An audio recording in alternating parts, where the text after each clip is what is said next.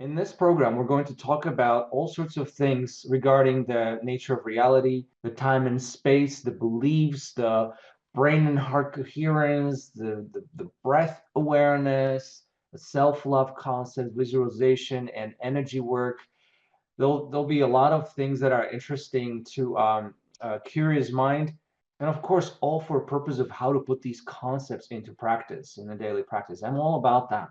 I have sought out different teachers and practiced with different teachers. I have even gone to a place called Vibra Vision where we're learning how to tap into our senses, our sixth sense specifically. So it was super, super cool.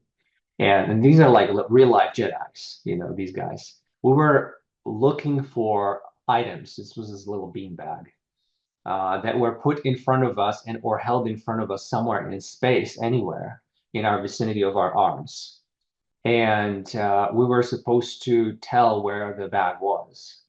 And the connecting the brain, the intention, and the heart, the feeling, and how they did that was just beautiful. And I was finding this beanbag left and right, just one after the other, one after the other. I was able to continuously find it. And I was in bliss. I was feeling like I was so blissed out. And on that training, one of the most profound things I have learned was not.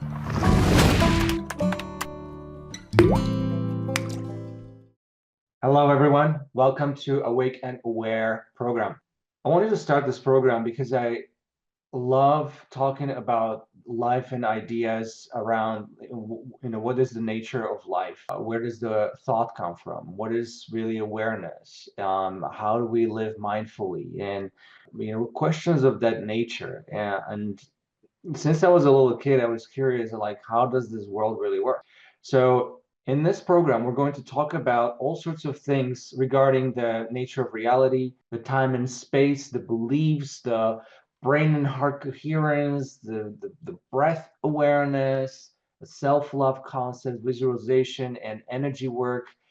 There'll be a lot of things that are interesting to a curious mind. And of course, all for a purpose of how to put these concepts into practice, in the daily practice. I'm all about that. I've been teaching martial arts for a couple decades now, and then obviously, as you may know, martial arts is a lot about embodying whatever you're feeling within you, obviously. And teaching martial arts and or even doing yoga, doing anything physical, really sports, and our ability to embody what we feel within, what we think within. Okay. So let me do a quick introduction of myself. My name is Marek, and most of my life I've been super curious, like I said, about a lot of these things. And I figured this is one of the ways that I can share with other people. And most of all, I would love to have more of you come and join me in this discussion. And if you'd like to be part of this discussion, just click the link below and schedule the next week's session that will be recorded and then posted as soon as it's edited. So as a child, I was always curious about how the world works, and that was one of the things that if anybody asked me, what do you want to be when you grow up? I was like, I don't know. I'm just curious how the world works. So like I don't need a label. I don't need some sort of a box to live in. I'm just continuously curious and watching life around me in nature, and I'm listening about how our universe works and how the galaxies and the stars and planets align and misalign. And I just find it curious to see how this whole matrix was created. And as you can see, my little background here, I was very much inspired by the movie Matrix when it first came out. Forget the cool kung fu stuff that was there at the time. Today, maybe not as cool as it used to be then. But the theory behind it and the doors that were left open after watching the movie, and I think like many of you perhaps, I was very inspired to rewatch that movie several times over, and always captured something new, something else. So and this was around a time of my life when I was leaving my country where I grew up and moved to England, where I wanted to learn English. So I wanted to make sure that, and I was 20, 21, I think, or so, when I was leaving to England to learn English, because I felt that somehow the language was important, that there was more information that was accessible within English language. And so my brother actually gave me this book for my birthday that was called Celestine Prophecy. And this was my awakening. I started to experience synchronicities and being able to feel energy and explore that world of energy. And since then, I my life wasn't the same again. So when I was at school as a child, I did not necessarily feel like I fit in anywhere. Most of my classmates had some sort of an idea, or seemed like they had an idea of what they want to do, who they want to become, and what school they want to go to next, etc. And I was like, I have no clue. Um, but I was curious. I was always interested to learn new things. And I don't want to say always. There are times when I feel like, leave me alone. But for most, I feel fairly curious about life, about things, and about people, how everybody interacts, how things work. So back to again, when I was a child, I felt very boxed in to grow up in Eastern Europe. And I could not wait for the day that the school had ended, barely kind of finished the high school, and I was like, I'm just going to learn from life. I don't want to go to college. I don't want to just get another degree with something. I can't even imagine myself over books again. And having grown up with difficulties learning from books specifically, that didn't help to be at school learning in such convoluted way that the material was presented was just was like way over my head, and I could not bring myself to pay attention second longer to learn something. And homeworks were like a torture. Thank God for my super patient mom. But it was pretty much impossibility for me as far as I'm concerned.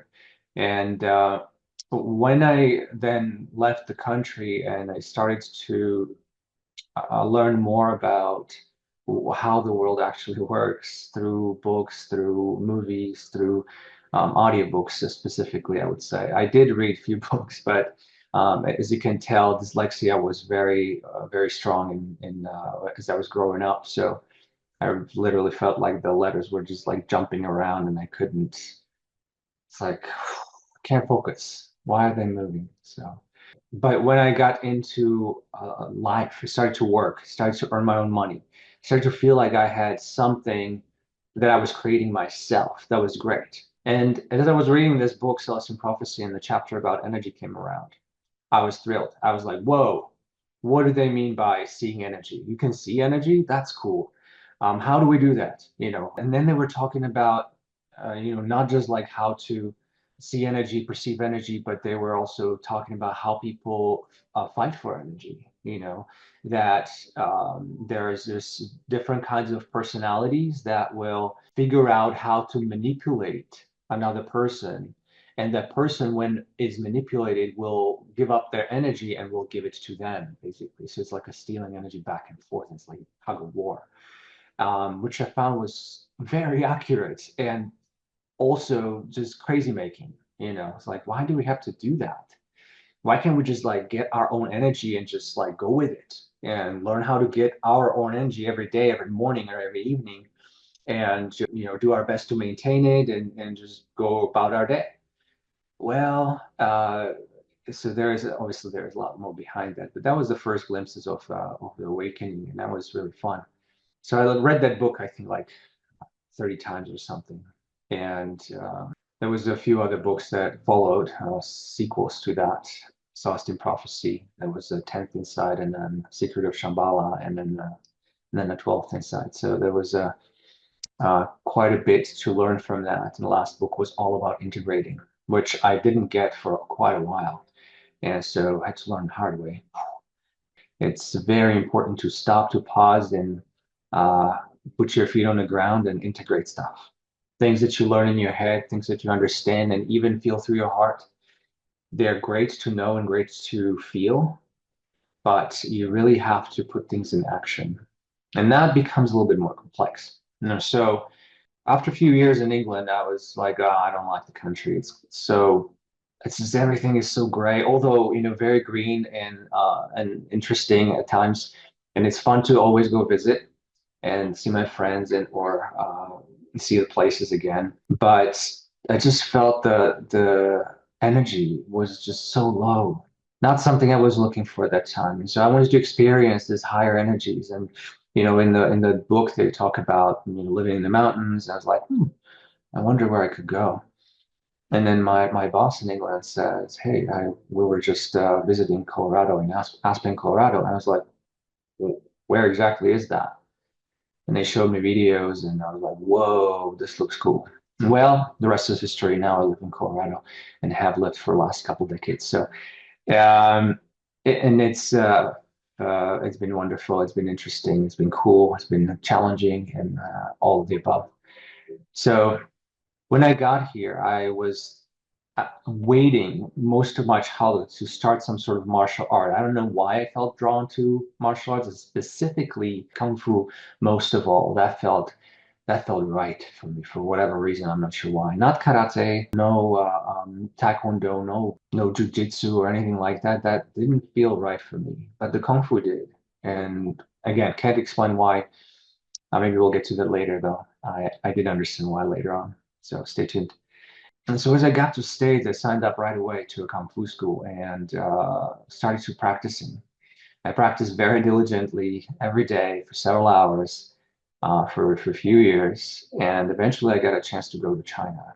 And I was looking forward to improving my Kung Fu skills. And second day in the training in China, I hurt my knee so badly that I could barely stand on my leg. And so they ended up taking me to the local hospital. This was in Wudangshan, China, where the Taoist monks are, which again just felt so unexplainably close to my heart. And it just felt right. It just felt the right place. Anyway, so my master took me to the acupuncturist in a local hospital, and they, put the needles in, and an hour later, I stand up, and my leg feels fine. A little weak, but feels totally fine. I can walk normally again. So it kind of felt like a magic a little bit, to be honest with you. And at that time, I had no idea what really happened. Later on, I've learned quite a few things about this and have done a lot of acupuncture since, and advise anyone who hasn't tried it to try it. So I got back to the classes, and I felt the knee was a little weak to do any kind of a wild kicks and stuff that I really wanted to do. And I saw that they were teaching Qigong and Tai Chi as well. And I was like, well, this Tai Chi thing seems so boring, but I guess I will give it a shot because I can't really move fast anyway. So, well, and the rest is history. I have been studying Tai Chi and Qigong for close to 2 decades. It's changed my life so profoundly that I couldn't have possibly imagined. So, having been a martial artist and martial arts instructor, as well as energy practices instructor for a while now, I cannot imagine my life having gone any different, any other way. And it's so close to my heart, so dear to my heart that these are part of my daily practices. And so, what I want to bring to you here is some of these practices and some of these ideas behind these practices, and not just Tai Chi, Qigong, and maybe Kung Fu, but really just what is life about. And I'm not saying I have it all figured out. I so don't, which is why I'm here. Um, but I have learned a few things that perhaps some of you might find useful and helpful.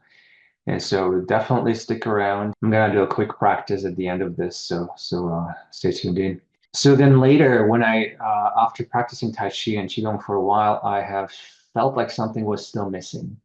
And because I was in China only for a short while, I had not been shown everything that I wanted to be shown. Let's just say it that way. And I have sought out different teachers and practiced with different teachers. I have even gone to a place called Vibra Vision, where we're learning how to tap into our senses, our sixth sense specifically, and be able to see with blindfolds on and be able to perceive the meditative practice and breathwork practices and other physical practices to harness internal power deeper. which was amazing experience. And I highly recommend anybody to take one of the Vibravision sessions, and anybody who's curious anyway. So it was super, super cool. And these are like real life Jedi's, these guys.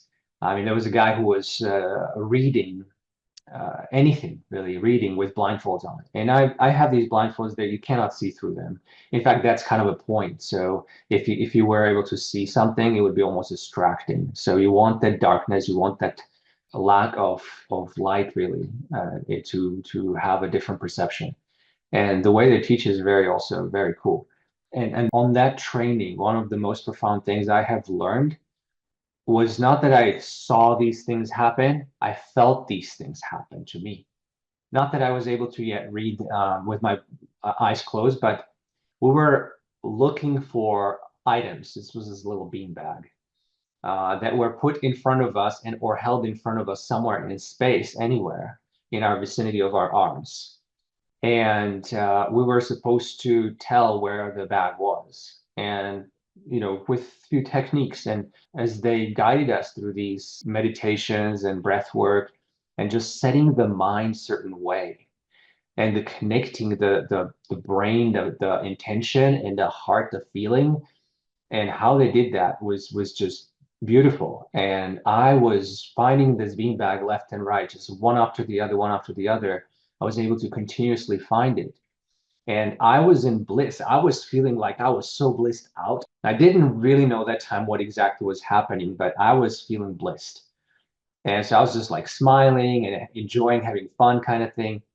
And then I looked around and I noticed that some people were just guessing wrong all the time and they were like frustrated and stuff. And I didn't even realize that it was happening because I was like, so, whoa, this is so fun. And so what I felt there was that when I started to think about, like, I started to wonder, like, okay, so do I feel something with my hand physically?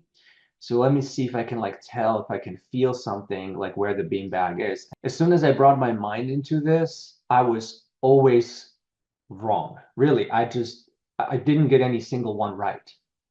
And so then I was like, okay, shake it off, let it go. This is just a game. This is just for fun. So I brought my smile back in, and then I felt this internal connection. Just I would spend another hour to explain to you how I felt, okay, and how I got there. So we'll do that maybe another time. And I got to this point where I felt so blissed that again, just recalled that feeling, recalled that intention, and I was again back to the game, back to just grabbing the bags left and right all the time. And that's time. Again, what I took home with me from that is that I really need to let go. What the mind is telling you, the doubtful, the not sure, the what am I doing? I don't understand. And I realized that these kind of doubtful energies are literally just messing my life up. And I was like, whoa, okay, so what do I need to do or not do to change that? How do I be? How am I going to behave? What am I going to feel? Where's my intention going to be in order to be in flow?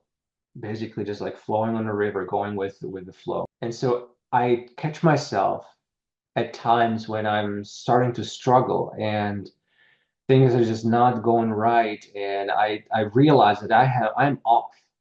I am not connecting again. And so I take time and then go back and reconnect, bring my energy up, raise my energy. This is what I was learning from that book, Celestial Prophecy, at the very beginning of my awakening, some 25 years ago or something like that. And so by then, that book was 10 years old already. So these ideas have been around for a very long time. And of course, I think in the 50s, 60s, people were, maybe even before, people were able to do telekinesis and, mind reading and all sorts of weird, cool stuff that I was always interested in. And so this understanding that whenever I wear off my course of the soul's journey, I struggle, and it's not necessary. It's not something that has to happen. we also need to make sure that we're not pushing it away. So when struggle does come, again, recognize that your state of being has changed and change the state of being from inside. So find practices that will bring you within, that you can feel and disconnect from the outside for long enough to raise your energy. Once your energy is risen, you will have different thoughts, you will have different emotions, you'll begin to do different things, and your life will change again. So keeping that kind of mindset was something I found was like super, super duper important. So then I came about Sifu Mark Rasmus, who is extremely good at explaining a lot of the internal material. Actually, even before that, I have come across Sifu Adam Meisner, who was my first teacher of internal martial arts. And I truly appreciate his teachings. I felt from the very beginning that his personality didn't fit mine. And so I ended up finding someone else, and Sifu Mark Rasmus was exactly what I was looking for. You know, he has a background in Wing Chun Kung Fu, which I have, background in Tai Chi, Qigong, which I have, and also teaches Hermetics and Kabbalion. So very, very well informed. And I was asking him when I was training with him, where do you get your information? And he said, well, now it's just purely from which he refers to as Akasha, which is the consciousness, the ether, the universal mind, basically. So it's just like everything is in there. It just needs to know how to tune to it, and the ideas just come to you. And this is, like anytime you go to like a daydreaming state and you feel this kind of empty, floating kind of a feeling, this is oftentimes when you gain ideas. If you're a music writer, you gain an idea for a song or lyrics, or if you're sportsman, you understand what you have to do to get the best results in your style or whatever you're doing. So if you're just feeling lost and confused at times and you put yourself in that state, a lot of times the solution just comes to you. And you're like, where, how did that happen? So basically what happens in that is that you detach from your mind. So your mental body goes into the background. Your astral body, your feelings, your emotions also takes a seat back, and your body definitely takes a seat. You're just like in still. So when you're in that daydreaming state, what do? You typically sit, or you're standing and you just stare into nowhere, right? And when that happens, your breath slows down, your brain frequency changes, and now you are a little bit more close to able to access this information that is in the ether, literally, kind of like an internet that has all this information that we just use our devices to connect to. And briefly on frequencies, brain frequencies, you basically move from the beta state in which you are most of the day, which is you're running in your subconscious mind in your beta state, and you are shifting from beta through alpha into theta, and you get to theta when you're daydreaming, and now you are in between the subconscious and the conscious mind. That's where the gate is for the information that just comes from the ether. And I will touch on some of this in the future videos as well, and make sure that there's a little bit deeper understanding of some of these things.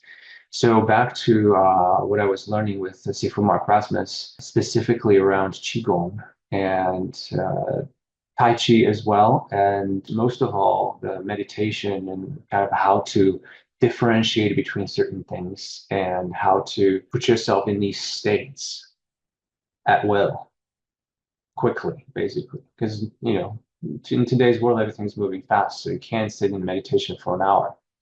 And that is though how we started. We were in meditation for a very long time because mind was such a distractor, and it's such a firm grip on the reality that it's very hard to shift out of the mind and shift into this different frequency, brainwave frequency, where the mind takes the back seat, where you connect with the universal consciousness. and go into this Akashic space, which, by the way, is just super powerful and full of energy.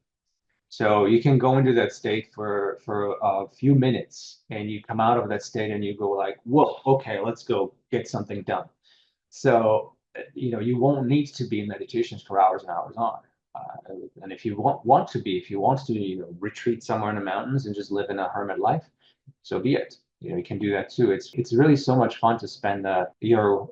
I don't even want to say spend time in meditation in this space. It's like this time doesn't exist in there. You just part of everything all the time, and uh, there's no differentiation between space between your bodies. You don't even feel it. You don't even know where you are actually. So there's no space necessarily. Definitely no time, like I said.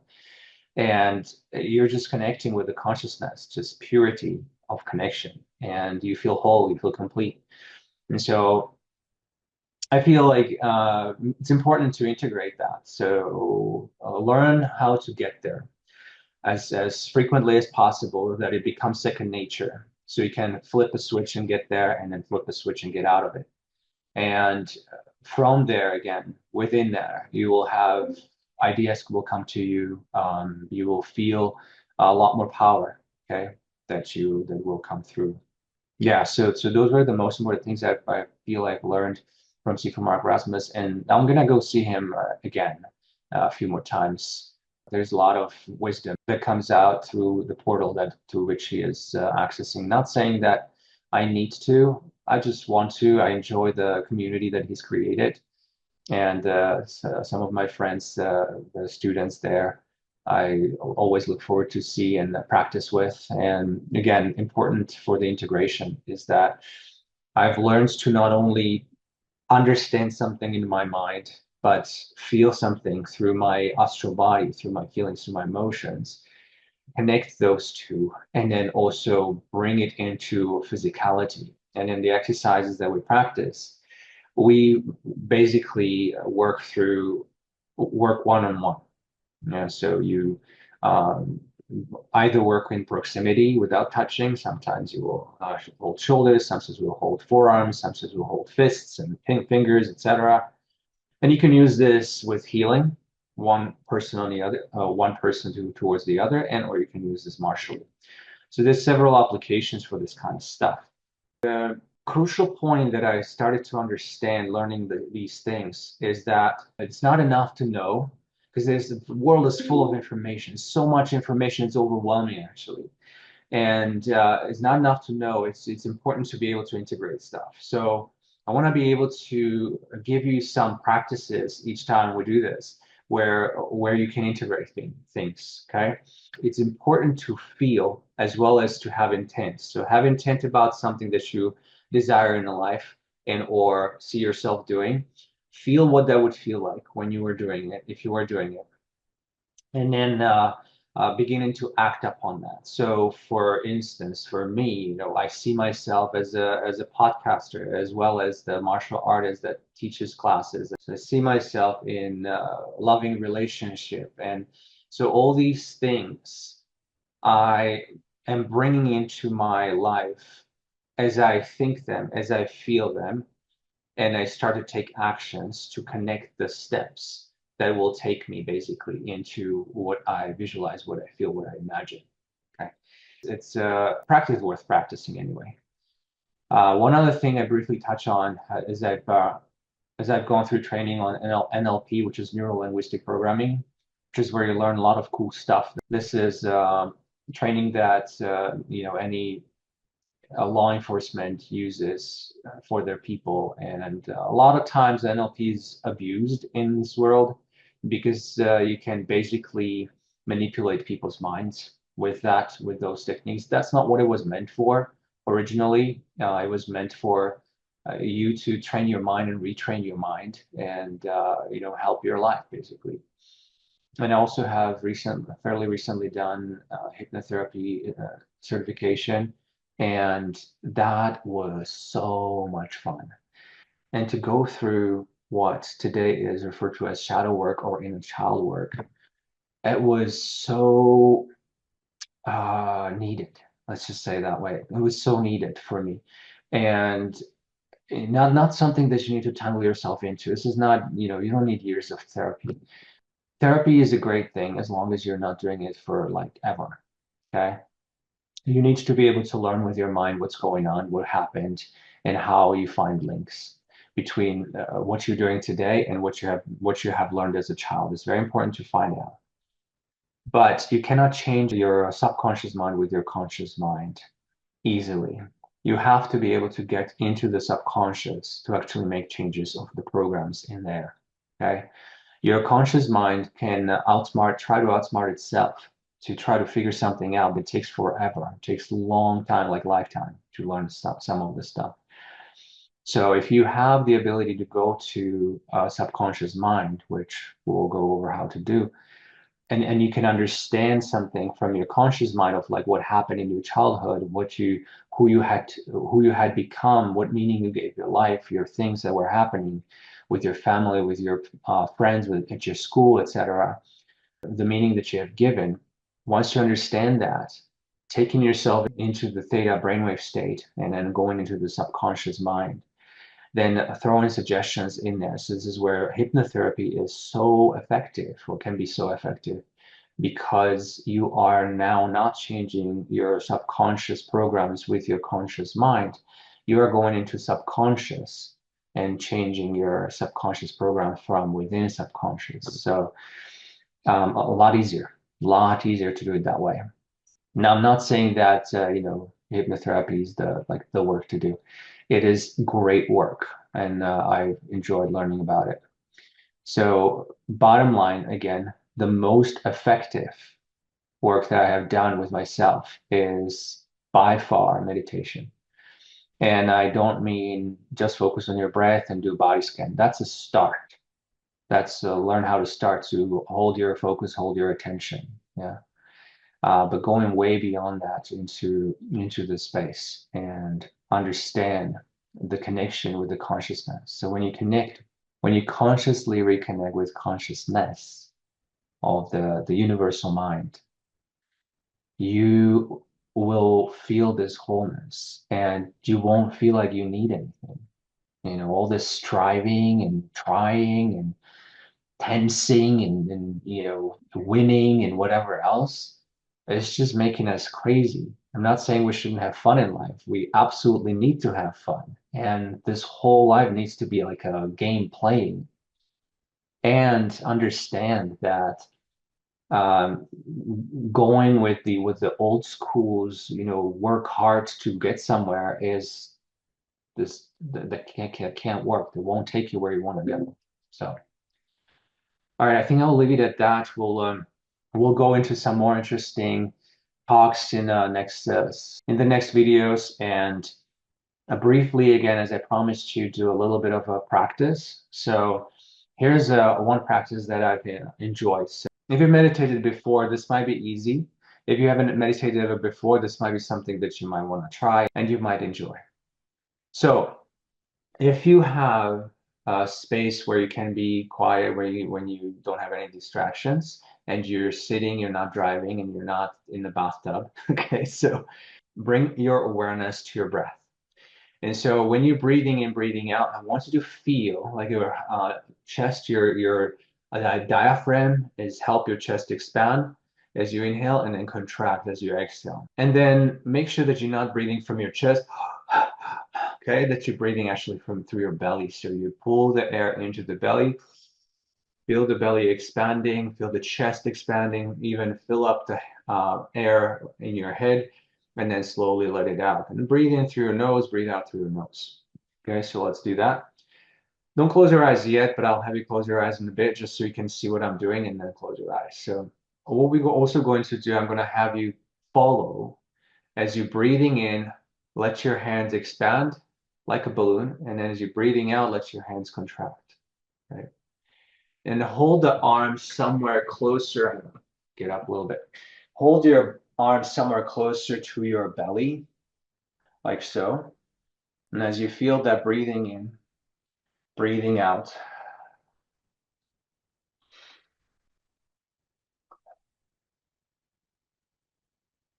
good. So now make sure that your spine is upright. When I mean upright is that you just sit at the edge of a chair if you're sitting, and then feel like the back of your head is pulling upward, not lifting your chin, just looking straight forward like you have, but pulling the back of your head upward. And as you feel this feeling, feel like your vertebrae are separating from one another. This is important to be able to feel and visualize and feel in your body to create a stretch in your spine. And by the stretch, I mean pulling upward while your gravity is pulling you downwards. So your whole body weight is sitting on a chair or wherever you're sitting, or standing even on your feet. The gravity is pulling to the feet, and your vertebrae are pulling up. That stretch allows the energy to flow easier. So when you get into meditative state, you're going to be able to sustain it longer, easier. Okay. If your spine is something like this, and you're leaning forward, it's going to be harder for you. It's not impossible, but it's going to be harder. Okay. So play with that extension. It's almost like when somebody pulls your head back up like this, like a traction. Okay. And that feeling is what you want to try to retain throughout this breath practice. So if you go breathing in slowly, in through the nose, pull the hands apart. This is where you can close your eyes. And back in. And as you breathe in, and breathe out, slowly in through the nose, and out through the nose, even slower. And keep slowing down that breath. And with each breath, slow down. Feel your body rising, as well as releasing any and all tension that you feel in your body. Your shoulders relax, your hips loosen, feel the connection of you sitting with your seat relax. Feel where your legs are positioned. Don't move them, just feel where they are, left one, right one. As you're slowly breathing in and out, notice the space between your hands. Just pay attention to the space between your hands. And as you're connecting with your breath, expansion, the contraction, as though you were holding a balloon in your hands. And if you were to push air into the balloon, it expands. Feel that expansion as you inhale. And if you were to release the opening on the balloon and the air starts to flow out, the balloon deflates. Feel that feeling as though you had the balloon between your hands. And then slowly breathe in, pull apart, let it inflate, expand. And then slowly breathe out and let it compress, contract, deflate. Feel that feeling.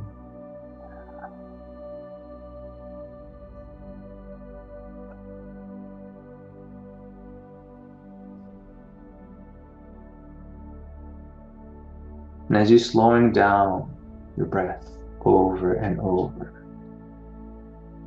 feel your whole body now doing this. Not just the space between your hands, but your vertebrae rise up. They pull your hips up. They pull the space between your knees. They pull the ankles and then rise you up taller. And your arms release also. Everything loosens, relaxes as you exhale. All the muscles, tendons, ligaments, soft tissue releases. Slow breath in, slow breath out. Feel rising, expanding like a balloon, like you're the balloon that's expanding, and then you're the balloon that's deflating. All right, and then slowly open your eyes. Take a breath in. And a breath out. You put your arms back down on your lap or wherever you had them before. Feel your shoulders where they are. Move them a little bit. Your neck. Feel your back. Loosen, relax. Feel your legs. Move the toes. Move the fingers in your hands. And just welcome yourself back to your body. Feel the parts of your body. Okay. So this first short session is more about your ability to focus on inhaling and exhaling, and parts of your body releasing tension, parts of your body extending and stretching. Once that's done, you have gone through that, that's out of the way, basically. In some sense, your physical body, you start perceiving it, and then you start feeling things more. So you basically release your physicality. Once you start feeling things more in your astral body, you will feel feelings, you'll feel emotions, and then at some point, same again, you'll release those as well. Then you will go through your mental body, and you will have obviously thoughts mulling through your head, thoughts firing in your brain. You will also, using the breath, you will release those as well. Now, as you release your physicality, your emotionality, and your mentality, where do you go? What's left? So you're going from being someone to being no one, really, being nothing, being nowhere, being nobody. You don't have a necessarily, you don't perceive body at that point. So you end up being in some sort of a vacuum space, something Chinese systems refers to as wuji, or place of origination or space of origination, or all space, as the Hindu system refers to as Akash or Akasha, as we often refer to as the universal mind, that beingness, that space, really, that's full of power. So as you connect to that and you release that eventually as well, where are you then? So we'll go through these practices and learning how to let go of really anything and everything that comes. It's great to be able to observe and experience whatever it is we're doing, but it's also very, very important to learn how to release anything, good or bad, right or wrong. I don't necessarily talk about right or wrong, good or bad, but if you want to. So very important. Okay. If you have any questions, definitely write down comments and subscribe and hit the bell button so you know when the next video is up. And I will look forward to seeing you next time. Take good care.